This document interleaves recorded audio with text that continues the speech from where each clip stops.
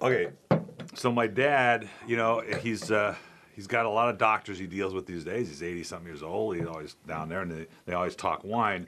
So one of his doctors says, well, I need to get Pinot Noir because Pinot Noir is the best grape for the antioxidants and the resveratrol and all that. And I said, no, it's not. He goes, what do you mean? It's really not. I'm telling my dad, right, who's a pharmacist, botanist by trade. I said, it's Tannat. He goes, how do you know that? I said, well, there's a whole book written about it. Actually, the glass diet or something like that, the red wine diet, which I've been on for years. And it turns out that Tannat has the most. Tannat's generally grown in Uruguay. We don't see it much anywhere else. Have we grown it here? There are some people that are trying to grow it here without much success. It's a really tough grape. I mean, it's grown in the Provence area of France and in an area called Madrian. And it's kind of like the Cahors wine Yes. in France. It's made from Malbec. That's really not very good, and yet it goes to South America, and it's phenomenal. And that's exactly what's happened with Tannat in Uruguay.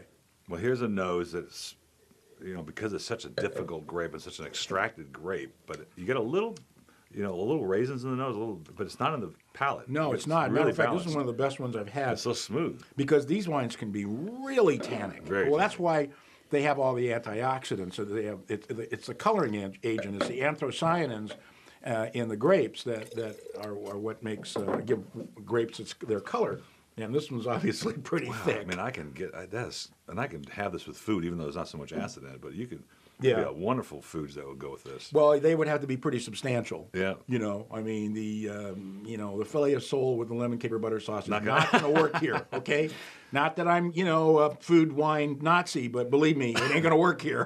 And heavily lathered, Yeah. even an osso buco or a heavy lathered rib. Oh, ribs would be terrific with This this, is something. So anyway, But the nose is deceiving because it's got a little age in the nose, but you don't get it in the palate at all. Yeah, well, it needs age. You don't want to drink these wines too young. I mean, they'll literally get lockjaw.